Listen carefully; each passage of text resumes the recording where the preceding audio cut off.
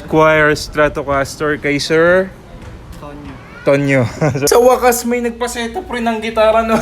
Puro bass kasi yung dumarating sa akin itong huli, no? Pero dito tuwang-tuwa ako, ang ganda niya. Sakto kasi naghahanap ako ng single coil na Stratocaster, tapos ganito rin yung kulay. Para parehas sila, ayan, no? Kung meron kayong binibentang Stratocaster Square na classic vibe, sabihan nyo lang ako, i-PM nyo ako sa Facebook. Basta huwag kayo maingay kay Commander, ha?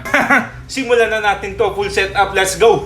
Iyon! Tapos na rin sa wakas! Ayan na, setup na natin siya. Napakaganda talaga ng gitarang to, oh! So ano, sound test natin, let's go!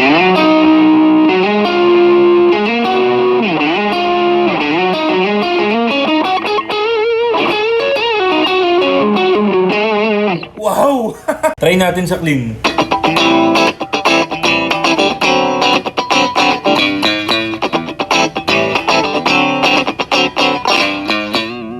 Wow! Yan yung request ng may-ari, lowest, no? Lowest action. So napakababa niya. Pero paalala lang, hindi lahat ng gitara pwede mong ibaba ng ganito yung action. Depende yon sa neck nyo. Siyempre, napolish na natin yung frets niya, napakakintab na. Pero yung mga ganitong maple fretboard, hindi mo na malilinis yan, no? Hindi mo pwedeng kaskasin yan dahil matatanggal yung coating yan at lalong dudumi. Again sa magpapasetup, i-message niya lang ako dito sa Mook Station. Palike na lang din, dyan ko kayo re-replyan.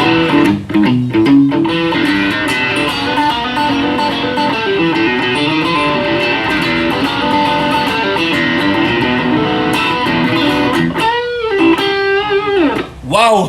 Parang ayoko nang ibalik to. Sir, pasensya na sir. Na-misplace ko yung gitara. Di ko na makita. Babayaran ko na lang.